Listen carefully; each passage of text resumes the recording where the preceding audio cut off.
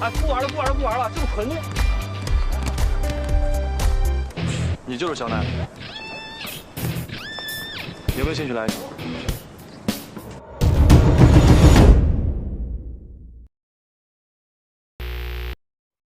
Xiaogang bertarung bersama Xiaomei, kemampuan basketnya sama sekali tak sebanding dengan Xiaonej. Dan benar saja, tak butuh waktu lama bagi Xiaonej untuk mengalahkan Xiaogang.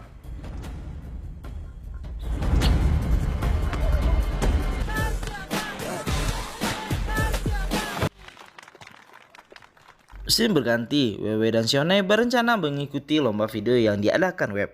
Dan mereka langsung syuting dan membuat video yang berjudul Musisi dan Si Bandit. Di sisi lain, RC yang hampir mati di dalam game meminta bantuan kepada Weiwei. Tepat saat itu juga, mata-mata Xiaogang datang dengan alasan menjual masker. Padahal tujuan utamanya adalah melihat game yang sedang Weiwei mainkan dan username-nya. Begitu dia keluar, dia langsung menelepon Xiaogang dan melapor bahwa username Weiwei adalah Joy Siful. Xiaogang pun senang, walaupun dia kalah dalam basket, tapi sekarang dia bertekad tidak mau lagi kehilangan Weiwei. Selanjutnya, kita akan melihat hubungan orang tua Xiaonej yang cukup baik dan romantis. Ayahnya Xiaonej adalah seorang profesor sejarah di Universitas King. Xiaonej lalu memberitahu ayahnya kalau minggu depan dia mau mengikuti kuliah ayahnya. Alasannya sih mau membantu membuat kelas ayah ramai, karena biasanya kelas ayahnya sepi. Padahal niat aslinya mau ketemu Weiwei karena sekarang dia sudah tahu dari jadwal kuliahnya Weiwei. Dan benar saja, minggu depannya Weiwei kaget melihat Xiaonej yang tiba-tiba duduk di sampingnya. Kelas ayahnya yang biasanya sepi tiba-tiba menjadi ramai.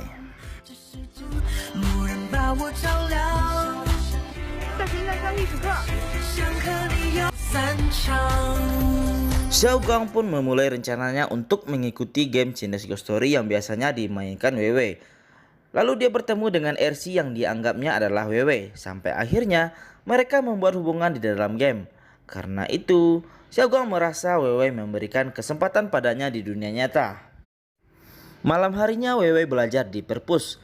Setelah selesai belajar, dia langsung menyalakan laptopnya dan mendapati Naihe sudah menyelesaikan editan video mereka.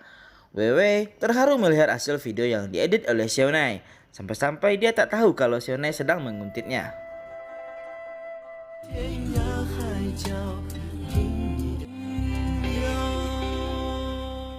Kembali ke asrama, Weiwei sedang bermain Glory bersama Naihe.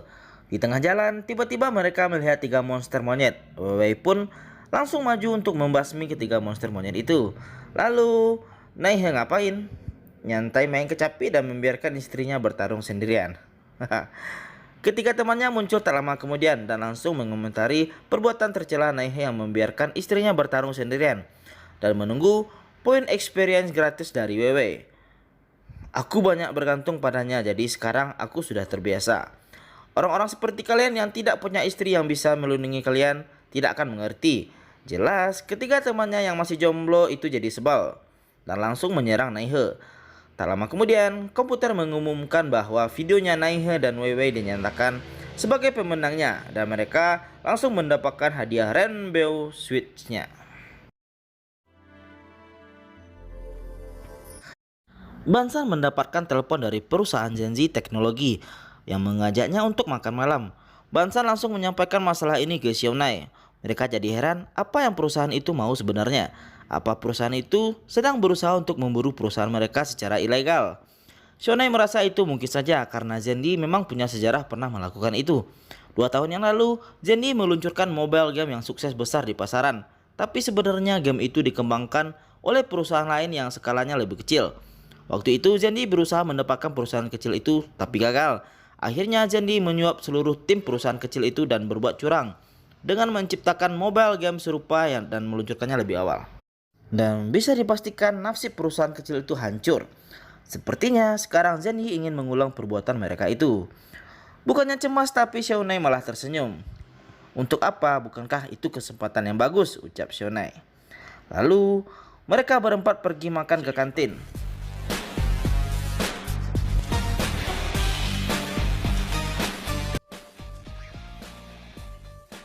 Keempat pria itu pun masuk ke kantin dengan gaya sok keren seperti F4. Xiaonai pun bertemu dengan Weiwei. Saat mereka bertanya mau pesan apa, keduanya secara tak sengaja menjawab secara berbarengan. Begitu kembali ke asrama, Weiwei mulai menyesuaikan jadwal kuliahnya dengan jadwal pertandingan Kandor Heroes yang akan datang. Scene berganti. Weiwei bercerita kepada Xiaonai tentang dirinya yang keluar dari guild. Dia keluar dari guild karena difitnah oleh member baru yang bernama King King, yang merupakan teman dari Yao Yao. Tapi Xiaonai malah senang dengan hal itu, karena sekarang mereka lebih bisa sering bersama. Bansan pergi menemui manajer Lee dari perusahaan Zenji yang langsung mencoba merayu Bansan. Intinya, dia menyuruh Bansan untuk mencuri game ciptaan Xiaonai untuk dikembangkan di Zenji. Dia bahkan menjanjikan gaji bulanan yang sangat besar. Tapi beberapa saat kemudian, Fresh Dirzen mendapat laporan dari manajer bahwa Bansan masih meminta waktu untuk memikirkan tawaran ini. Yiran pun tampaknya tak senang dengan rencana pamannya itu. Sebenarnya, Bansan datang menemui manajer itu juga disuruh oleh Xiaonai. Ada kabar bahwa Feng Teng ingin menyewa tim luar untuk mengembangkan game Chinese Ghost Story baru. Zenji juga cukup berambisi dalam bidang game. Kedua perusahaan ini akan menjadi saingan berat mereka, karena itulah dia datang ke Zenji waktu itu hanya untuk menguji dan memahami saingan bisnis mereka. Bansan benar-benar kagum pada Xiaonai. Tapi apa Xiaonai tidak takut kalau Zenji akan berhasil membuat mereka pindah haluan? Tapi Xiaonai sangat yakin dengan ketiga sahabatnya itu. Jika Zenji berhasil menyuap mereka bertiga, maka Zenji juga pasti akan berhasil menyuapnya. Sekarang saatnya pertandingan Kandor Heroes. Yang menjadi lawan pertama Naihe dan Weiwei adalah Zenzui dan Yao Yao. Tapi Zenzui dan Yao Yao tiba-tiba menghilang dan melarikan diri, bahkan sebelum perang dimulai. Naihe dan Weiwei pun dinyatakan sebagai pemenang di ronde pertama. Tak terasa, waktu berlalu dengan cepat dan sekarang sudah memasuki bulan Juni. Weiwei dan Naihe pun melanjutkan pertandingan mereka melawan berbagai pasangan dan mengalahkan mereka semua hingga akhirnya mereka dinyatakan sebagai pemenang dan akan memasuki Grand Final Full Sail Fair yang akan diadakan besok malam. Xiaonai menghubungi Weiwei di private chat dan memberitahunya bahwa dia besok malam ada janji makan malam bisnis, jadi dia mungkin akan sedikit terlambat. Di malam itu, Weiwei pergi shopping dengan teman-teman sekamarnya karena RC diterima magang di perusahaan Zenji. Saat pulang, mereka melihat Naihe baru saja keluar setelah makan malam dengan seorang perwakilan dari perusahaan lain. Tepat saat Xiaonai hendak masuk mobil, dia melihat ke arah mereka dan langsung tersenyum. Pastinya pada Weiwei seorang, tapi tak khayal ketika temannya yang lain juga merasa senang. Dalam perjalanan pulang, Bansan mendengus geli karena dugaan Xiaonai menjadi kenyataan. Zenji tengah berusaha mencegah perusahaan-perusahaan lain untuk mendanai proyek mereka. Tiba-tiba, Xiaonai melihat truk yang melaju lurus ke arah mereka. Dia langsung panik berusaha mengambil alih setir. Tapi kemudian, kita mendengar suara mobil bertuburkan. Sementara itu, Weiwei buru-buru pulang dan langsung login. Sayangnya, dia tidak tahu kalau Xiaonai sepertinya tidak akan bisa ikut bertanding, karena saat itu juga dia dilarikan ke rumah sakit. Mereka pun akhirnya kalah di pertandingan Kandor Heroes. Weiwei jadi murung sejak saat itu. Bukan karena kekalahan gamenya, tapi memikirkan absennya Naihe yang tiba-tiba. Bahkan sampai keesokan harinya tetap tak ada kabar dari Naihe. Besoknya di rumah sakit, Xiaonai akhirnya terbangun dari pingsannya. Tiga sahabat Xiaonai langsung cerewet memberitahu Xiaonai tentang ketakutan mereka memikirkan Xiaonai tidak akan terbangun. Bansan begitu merasa bersalah dan langsung meminta maaf kepada kedua orang tua Xiaonai atas kelalaiannya saat menyetir. Tapi hal pertama yang Xiaonai pikirkan adalah Weiwei dan langsung meminta teman-temannya untuk login ke game untuk memberitahukan apa yang terjadi pada Weiwei. Teman-temannya baru ingat saat itu, jangan-jangan Weiwei menunggu semalaman. Scene berganti. Bansan terus saja merasa bersalah karena Xiaonai mengorbankan nyawanya demi melindungi Bansan di kecelakaan itu. Dia berjanji mulai sekarang dia akan mengabdikan hidupnya untuk Xiaonai seumur hidupnya.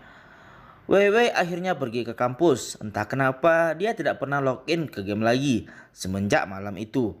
Dia merasa Naihe akan menghilang selamanya, karena sampai sekarang dia belum tahu kalau Naihe adalah Xiaonai yang dia kagumi di dunia nyata.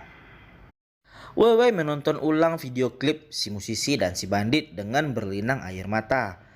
Akhirnya, dia menyadari air matanya berjatuhan hanya karena memikirkan Naihe. Wei Wei mulai menyadari sepertinya dia telah jatuh cinta kepada Naihe. Lalu, Xiaonai menghubungi Nini untuk mencari tahu apa yang terjadi pada Wei Wei malam itu. Ternyata, sejak saat Naihe tidak muncul malam itu, Wei Wei pun belum login lagi. Karena takut Wei Wei yang merasa kecewa dan marah, Xiaonai pun menghack komputernya untuk mengetahui apa yang dilakukan oleh Wei Wei. Dan dia mendapati Wei Wei sedang menonton video si musisi dan si bandit. Xiaonai pun senang mengetahui hal itu. Dan karena dia masih harus dirawat di rumah sakit selama beberapa hari lagi, jadi dia meminta Haomai untuk mengirim pesan otomatis ke HP-nya. Begitu Wei Wei login nanti. Wei Wei sekarang sudah yakin akan perasaannya pada Naihe, tapi entah kenapa dia masih merasa takut untuk login ke game. Suatu hari, Wei Wei mendapat telepon dari perusahaan Venteng. Dia menelepon perihal videonya yang menang kontes. Seorang eksekutif mereka kebetulan menonton video itu dan tertarik untuk menjadikannya permainan game. Dan video itu ingin mereka gunakan sebagai video promosi. Karena itulah mereka ingin membeli hak copyright video itu. Berkat telepon itu, Wei Wei sekarang kembali ceria dan akhirnya login ke gamenya untuk mendiskusikan perihal Venteng kepada Naihe dan 3 temannya. Begitu masuk, dia langsung mendapat pesan dari Naihe dan Bansan yang memberitahunya tentang kecelakaan malam itu yang membuat Naihe masuk rumah sakit dan tidak bisa mengikuti pertandingan Kandar Heroes. Wei Wei langsung cemas dan menemui Naihe. Singkat cerita, Naihe mengajak Wei Wei ketemuan untuk membahas perihal perusahaan Venteng. Naihe masih bungkam tentang identitas dirinya dan hanya berkata kalau dia akan menjemput Wei Wei di Universitas King. Wei Wei benar-benar antusias menanti pertemuan mereka, bahkan langsung membuka semua lemari untuk mencari baju yang cocok. Tapi tak ada yang cocok, jadi dia langsung mengajak teman-temannya untuk shopping bersama.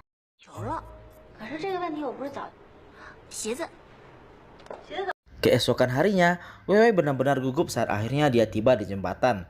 Apalagi dia datang duluan, tapi tak lama kemudian dia melihat Xiaonai ada di bawah jembatan dan menatapnya. Wah, pertemuan pertama mereka sama persis kayak pertemuan pertama mereka di game. Tapi Wei Wei sama sekali tidak berpikir kalau Xiaonai lah pria yang akan dia temui. Wei Wei langsung terhuyung mundur saking kagetnya, benar-benar sulit dipercayai. Xiaonai adalah Naihe dan Naihe adalah Xiaonai. Bagaimana bisa Naihe adalah Xiaonai? Lalu Xiaonai mengajak Wei Wei untuk makan di restoran favoritnya.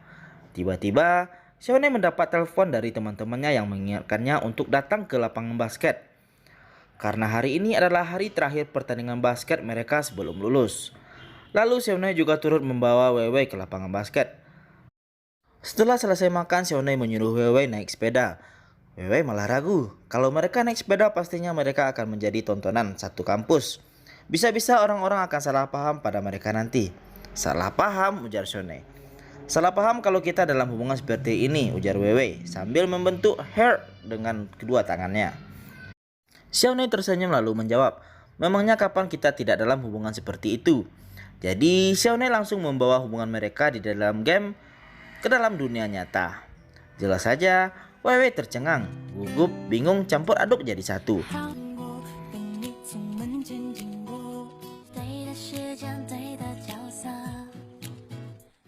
Pertandingan pun dimulai dan Xiaonai selalu bisa mencetak skor dengan mudah dan membuat penonton heboh apalagi saat dia melakukan slam dunk. Saat giliran Xiaonai selesai, dia langsung beranjak bangkit menghampiri bangku penonton dan duduk di samping Wei Wei. Lantas semua penonton langsung heboh. Sementara dia duduk santai, Yiran tampak kesal setengah mati seperti ingin membunuh orang. Xiaonai lalu mengenalkan Wei Wei kepada teman-temannya. Mereka langsung akrab setelah mengetahui Wei Wei adalah Reed Wei Wei kakak iparnya di game. Berita tentang Xiaonai dan Wei Wei langsung viral di situs kampus. Di tempat lain, Xiaogang sedang mencari hadiah untuk Wei Wei. Tapi saat dia kembali ke kampus, temannya malah memperlihatkan berita dan foto keakraban Xiaonai dan Wei Wei. Mengetahui hal itu, Xiaogang jadi mabok-mabok karena galau. Weiwei menerimanya sebagai pasangan di game, tapi ternyata dia pacaran dengan Xiaonei di dunia nyata. Saking kesalnya, Cao Gang langsung menyatakan kalau dia mau membalas dendam. Lalu, Xiaonei membawa Weiwei ke kantor barunya untuk belajar karena perpustakaan penuh. Di saat mereka membahas tawaran dari Feng Teng, Xiaonei menyuruh Weiwei untuk menjual hak cipta video itu dan menandatangani kontraknya sendiri karena Xiaonei juga akan bekerja sama dengan Feng Teng untuk mengembangkan gamenya. Weiwei bertemu dengan perwakilan Feng Teng yang ingin membeli hak copyright video klipnya itu. Orang itu menawarkan 20.000 yuan untuk 3 tahun. Tapi daripada uang, Weiwei lebih menginginkan Guardian Beast yang baru-baru ini muncul di game. Orang itu menyetujuinya. Fun fact, perusahaan Feng Teng adalah perusahaan yang membuat game Chinese Ghost Story. Malam itu Weiwei langsung memberikan Guardian Beast itu kepada Xiaonei dan teman-temannya.